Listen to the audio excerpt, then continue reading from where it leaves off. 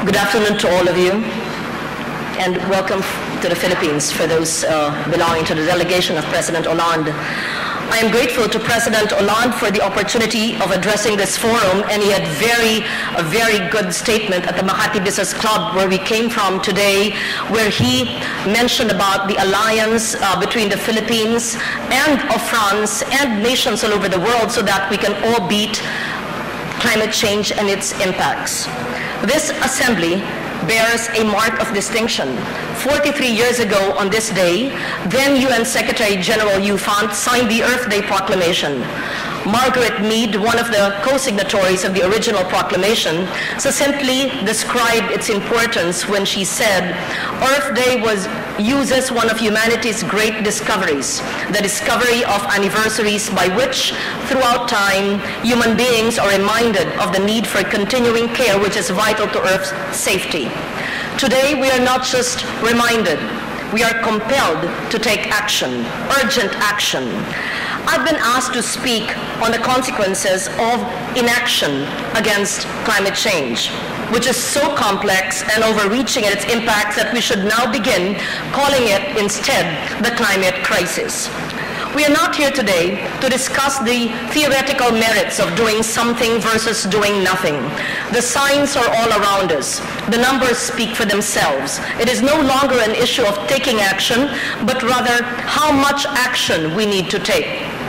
Each year, 5 million lives are lost due to climate change and the health impacts of its chief driver, fossil fuels. A U.S. government report indicated that, and I quote, estimates in the climate economy's literature suggest that inaction that results in warming of 3 degrees Celsius above pre-industrial levels could increase economic damage by approximately 0.9% of global output, unquote. The World Health Organization estimates direct damage costs to health alone at between $2 and $4 billion each year by year 2030.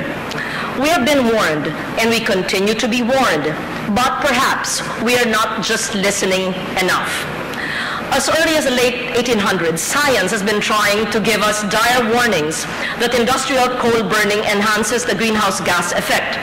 The warnings remained unheeded, notwithstanding the imperious voice of science. In fact, the world's actions of the past decades betray the fundamental merits of these warnings. The fifth assessment report of the IPCC upheld this observation by concluding that, and I quote, about half of the anthropogenic CO2 emissions between 1750 and 2011 have occurred only in the last 40 years, unquote. The same report also concludes that greenhouse gas emissions have, and I quote, continued to increase over 1970 to 2010, with larger absolute increases between year 2000 and 2010. It is not that we did not act. The world just decided to perhaps look the other way.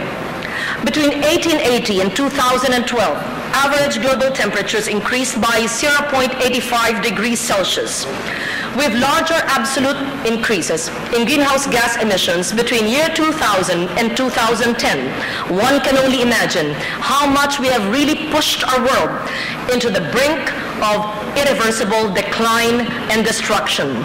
Again, it is not that we did nothing. We just did the opposite of what we should have done.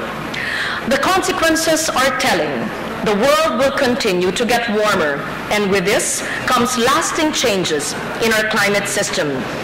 Perhaps ordinary people have a limited understanding of this until they painfully introduce to their impacts via extremely harsh weather events, flooding, declining fish catch, water scarcity, declining agricultural harvest, exacerbating health issues, the extinction of animal and plant species, the displacement of people, death, and even the demise of low-lying areas, which we've all felt here in our most vulnerable part of the world, the Philippines.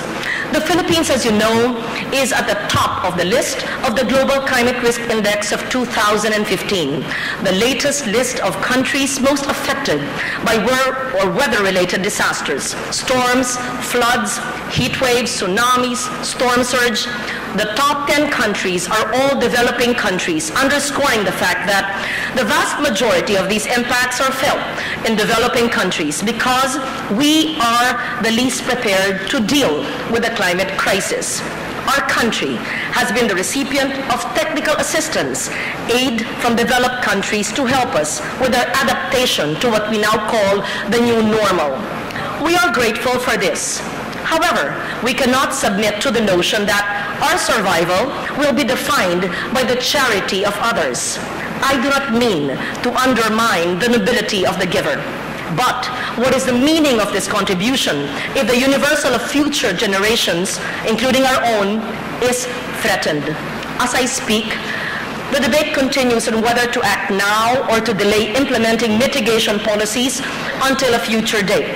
In the meantime, lives continue to perish. The irony does not end there. Others who choose not to act justify inaction in the name of development. One thing is clear, delaying action only shifts the burden from the present to the future. By then, as in cancer, it might be too late to reverse the disastrous effects of global warming.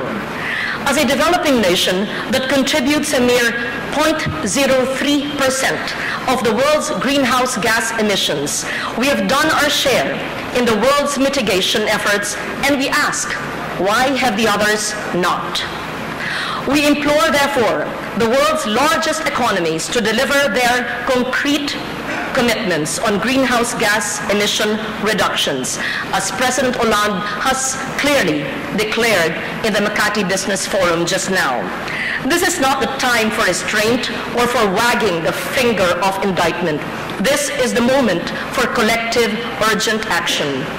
I started with a recollection of an event 43 years ago that paved the way for our yearly celebration of Earth Day, so that we are constantly reminded of our responsibility to the only world we have.